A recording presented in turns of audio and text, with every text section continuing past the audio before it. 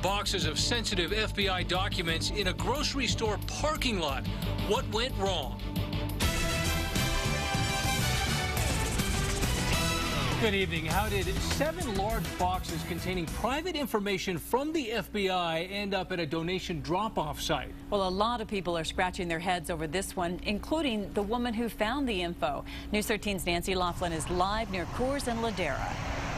That's right, you guys. This lady comes over here to the Big Brothers Big Sisters drop-off site. She sees a large box with a bunch of papers outside of this box. Well, she looks to see what's on those papers, and that is when she is blown away.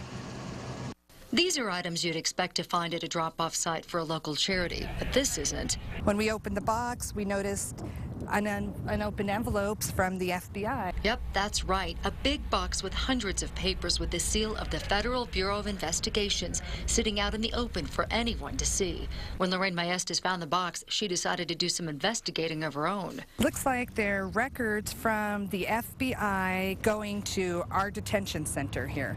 She was right. Lorraine says there were not only papers, but also letters from the feds to MDC. Some had never been opened. They're people's fingerprinting records and their whole criminal records. Right again. So Lorraine called us. We loaded up the box, took it to our newsroom, and called the FBI and MDC. Get this, the feds say they found 6 more boxes just like this one inside the drop-off station.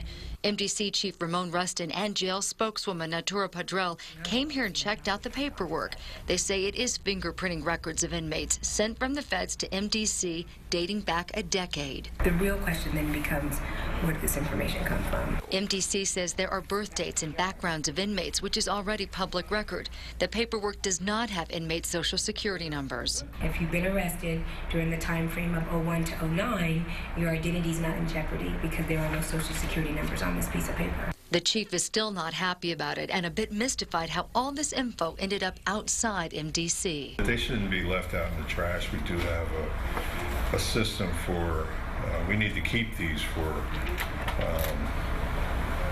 a certain amount of time. Okay, inside here, that's where they found those 6 other boxes. Now, the chief says that they are conducting an investigation. He says if this is an MDC employee who did this, that employee will be disciplined. Back to you all. All right, Nancy. An FBI spokesman says the papers don't belong to them anymore, but to MDC. And other than that, they're not commenting.